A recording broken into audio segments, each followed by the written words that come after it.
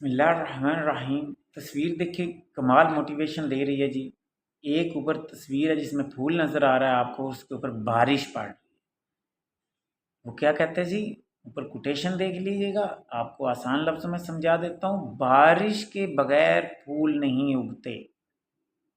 ज़मीन को बारिश बर्दाश्त करनी पड़ेगी, तूफ़ान, आंधियाँ, बारिश, ये सारा कुछ होगा, ज़मीन में हरियाली आएगी, फूल खिलेंगे।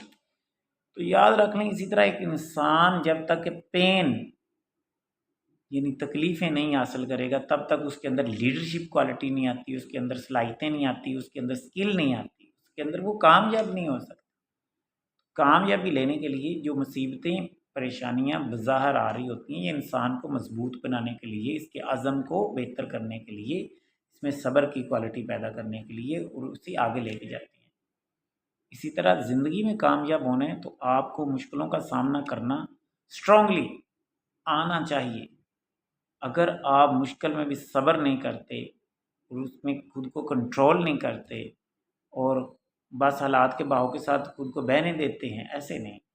आप उस मुश्किल का सलूशन ढूंढें या उसका अल्टरनेट देखें या उसका कोई भी हल जो उस वक्त बेहतर बनता है उस तरफ फोकस करें, ज़िंदगी में आगे बढ़ें।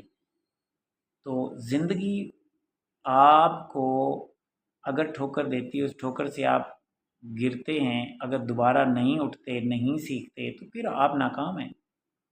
उस ठोकर से आपने कुछ चीज़ सीखी, आगे बढ़े, मज़ीद एहतियात से आगे बढ़े, इस दुनिया को अंडरस्टैंड किया, ये कामयाबी है।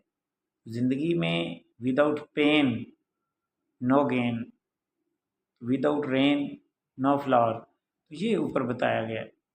कमाल अच्छी तस्वीर है जी।